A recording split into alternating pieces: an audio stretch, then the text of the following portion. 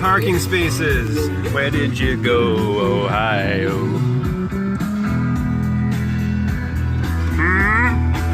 Pave paradise, put up a parking lot. 8:28 a.m. August 21st, 2018. 821-2018. Oh, look at here. Let's look at this one, right? Let's look at the numbers here. 821-2018. And just put a 0 in front of the 8, right? 08212018. 810212080. 20182018. Anagram day. Anagram day. Palindrome week's over, but today is anagram day and the numerology or mathematics. Because they're the same. Numberology, mathematics, study of numberology means study of logos, the word, the divine word, the holy word, God. 8 plus 2 is 10. Plus 1 is 11. Plus 2 is 13. Plus 0 is 13. Plus 1 is 14. Plus 8 is what? What's 14 plus 8? 22. Yesterday was 21. Today is 22. 2-2 again. Yes, I'm giving you the finger. But I'm giving you the finger to direct you to your one eye. Matthew 6:22, when the eye is single, the body is filled with light. The body is filled with life, light and life. 1. Today is time for Chapter 8, Foreseen Beyond Time by St. Clair. Chapter 8 is entitled New Mind Technologies. We're finally going to learn more about this, what this New Mind Technologies is all about. Spiritual, spiral ritual. You see the 6 and the 9. Oh yeah. 360, 369. 2018. 20 times 18 equals 360. It is time for stormy weather. This New Mind Technologies begins with Krishnamurti quote. This was my first intimation that this is not New Age bullshit, this book. When I opened it and saw that was there, the Krishnamurti quote. Krishnamurti, who said, "It is no measure of health to be well adjusted to a profoundly sick society." You're well adjusted to the concrete jungle society of paved over paradise. Sorry, but you ain't healthy. Because this is not healthy, this way of living. Paying to live, putting a $sign on life, on food, clothing, and shelter. Life. Light. Electricity. You have to pay an electric bill. You pay for bills with bills. Or bulls with bulls. That's a whole lot of bullshit. Baloney. When will the people of the world just wake the fuck up? Sorry, I digress. Krishnamurti quote says, "Thought shattering itself against its own nothingness is the explosion of meditation." Thought shattering itself against its own nothingness is the explosion of meditation. Let's go now. Let's begin. Our team in Shillong Castle. I can't seem to get this to sit right today. Our team in Shillong Castle watched the projected holographic screen as the Master of the Light answered the many questions put to him by Tatiana Yurasova during her masterful interview. The view over the lake in a different time would have reflected the small lights of the French towns on the opposite shores of Loch Lomond. In our future time meeting, with observers present from the Galactic and Space Federations, the water across Shillong reflected only the dark form of the silent mountains, our guardians of time. I gave the scientists in the Grand Hall the astrological timing context to the following exchange of ideas during his interview, which had begun after a few minutes to resemble a dream within a dream. Safely protected within the underground studio just outside Moscow, the Master of the Light began to outline the notions, including the futuristic concepts behind the science of time travel. Quote, "New mind technologies and psychic mind projection involves a clear understanding of what planetary alignments suggest for mankind in the 21st century." Quote, "What do the planets and stars suggest according to your visionary analysis?" "The arrival of the outermost planet of our solar system in 2009 into the sign that rules time and structure, society and governments, heralded a complete overhaul of everything to do with structural society as we know it. What does this entail? This is the subject of your codex book Zen of Stars, Features of Planet Earth.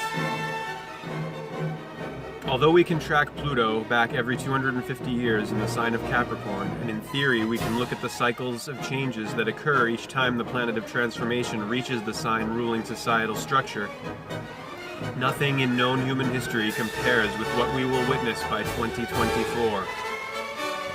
There is a vast test ahead for mankind. The events on the horizon are most probably to be seen as symptoms of a far deeper inner change that our species is entering into now.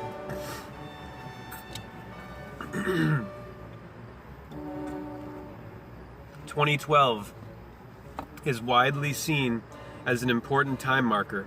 Much has been said about 2012, but most of it is fear-based. An advanced astrologer sees this as a mere transition point among many, in a zone leading to 2047. There will be no singular event we can single out as a cause for many of the future changes. They had already begun a while back and will reach a climax during the time of Uranus and Pluto opposed. They had already begun a while back and will reach a climax during the time Uranus and Pluto oppose in 2047. New and amazing abilities are on the horizon among the positive changes foreseen. Once the planet's population reaches the ability of global seeing and communication, which I refer to as time travel and new mind technologies, those who can apply the new mind will seek to create a structure which unifies world populations with civilizations living on other planets.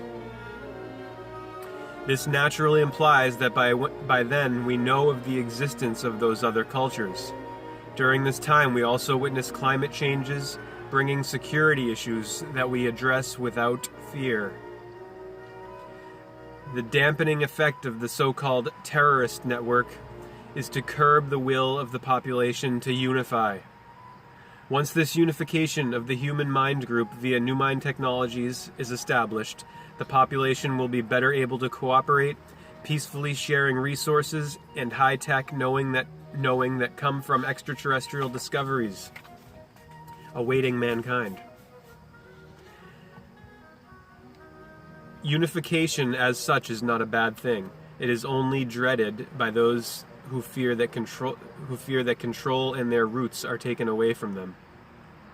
The leadership of the current paradigm does not share this perspective because their systems of reference are designed to protect the self-interest established by previous generations, rather than to understand the broader context as it relates to the vital discoveries that lie ahead. Uranus, the planet associated with awakening, liberation, enlightenment, and often seen also as an omen of disruptive events, is making very challenging aspects to other planets, other outer planets until 2050. The tracking of Uranus represents really the unforeseen and the unexpected. Tatiana then asked, I read in Zen of Stars that you said the French Revolution and the Boxer Rebellion in China happened under similar alignments. I am sure the viewers would like to know if this scenario is about to repeat itself. Can you say something about this? The King of France was executed in a Pluto-Uranus opposition. So it is to be expected that the unification of the species will not come about peacefully. Yet it will not hinder the world's progression to unify as a civilization, but rather this will speed up its intended realization.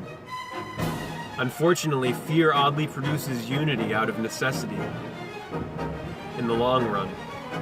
While sacrifices are required, it will generate a new sense of collective purpose and connection among the nations and tribes of Earth, and also between all the races of our beautiful cosmos. This sounds quite exciting as well as frightening. What then can I as a person do about this? She asked. As to where you fit into this, Tatiana? If you remain fixed in the media-defined script of this dramatic story as it follows its ridiculous narrative all over the globe, instead of asking your own anticipatory skills for advice, you may be misguided to think and act as the world leaders do, which is centered on the protection of the self-interests of the so-called free world. Ask yourself, how free is this world really? You may instead choose to rely more on the leadership and guidance of your inmost or future and higher self during the times to come, and place the disruptive and yet enlightening as well as awakening events in the broader context of the journey ahead, both for you as an individual and for humanity as a whole. Uranus is the most surprising of bringer of form. When he gets into another argument with an outer planet, strange things can happen. Is that right? The Master of Light began to address himself directly to the viewers. Each of you feels as if you have walked unwittingly through a magical gate, and having seen what's on the other side, you want to return from whence you came. But the gate has locked behind you by now. You have passed a point of no return without knowing you did so. And so you ask, well, what now? We have entered a new era where our vulnerability has been shown openly to us. Where are we really from? Who are the other races in space, and what do they want here? In reality, what lies ahead is not of conscious design, but rather a result of our accumulated ignorance of the cosmic law and its plan for us, and of our not knowing our own navigational guidance network. And subconsciously, there are few on planet Earth who do not realize all this. It is fair to say everyone knows deep down that we have been waiting for the allies of mankind for most of our whole collective lives, lifetime after lifetime. And now the time is upon us. We have arrived. No one is to blame for this condition of ignorance. Mankind is being mankind. There is an evolutionary element unfolding within a long process of allowing the humanoid species to achieve the scientific discovery of the higher dimensions from which all life is woven. The Nordic Blondes, the Andromedans, and their Pleiadian allies made these discoveries long ago, as did the Syrians, albeit long ago is to them what to us is our far-away future. We're going to stop there on page 62. Holy That's page 62. We're still in chapter 8. And we got a ways to go. A few more pages till, a couple pages till we get to chapter 9, the unseen conflict. Namaste, aloha, Hare Krishna, hallelujah, Om Shanti.